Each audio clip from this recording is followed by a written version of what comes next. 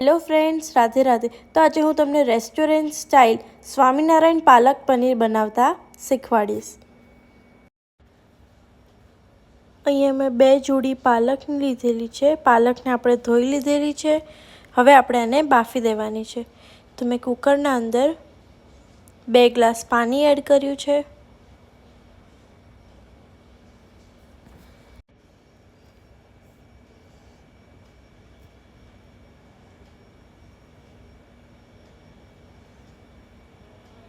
હવે આપણે આ પાલકને એના અંદર મૂકીશું।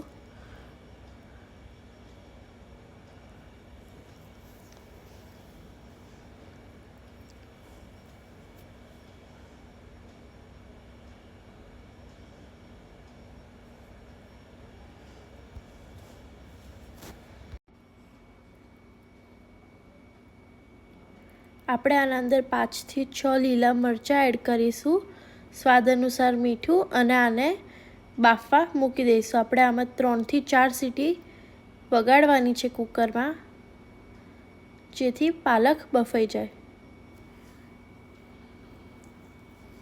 આપણી પાલક બફાઈ ગઈ છે। હવે આપણે બાફેલી પાલકને ગ્રાઇન્ડ કરવાનું છે।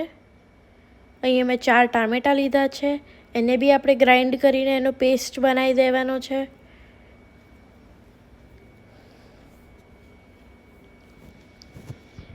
હવે મેં એક કઢાઈ લીધી છે। કઢાઈના અંદર 3 ટેબલસ્પૂન તેલ એડ કરેલું છે। હવે આપણે 1 ટેબલસ્પૂન જીરું એડ કરીશું, ટામેટાનો પેસ્ટ એડ કરીશું,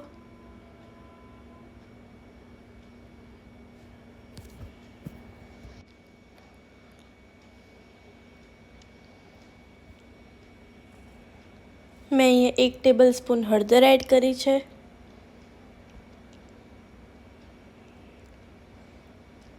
1 ટેબલસ્પૂન ધાણા જીરું, 1 ટેબલસ્પૂન મરચું, 2 ટેબલસ્પૂન ગરમ મસાલો,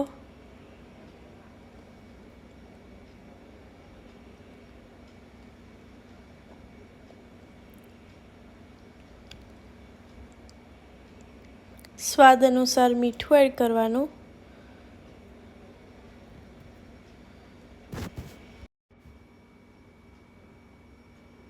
થોડુંક ગોળ એડ કરીશું,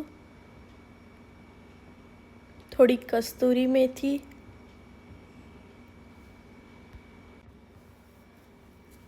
હવે આપણે આમાં અડધો ગ્લાસ પાણી એડ કરવાનું છે। ગ્રાઇન્ડ કરેલી પાલક એડ કરવાની છે અને એને બરાબર રીતે મિક્સ કરી દેવાનું છે।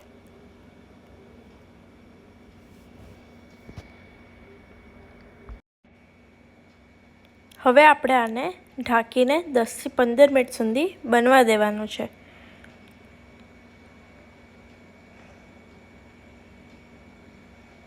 દસ મિનિટ થઈ ગઈ છે। આ એકદમ રેડી થઈ ગયું છે। હવે આપણે આના અંદર પનીર એડ કરવાનું છે।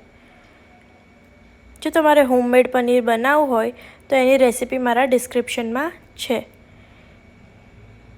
આપણું પાલક પનીર એકદમ રેડી થઈ ગયું છે। જો તમને આ રેસીપી ગમી હોય તો આને લાઈક, શેર ને સબસ્ક્રાઈબ કરજો। રાધે રાધે।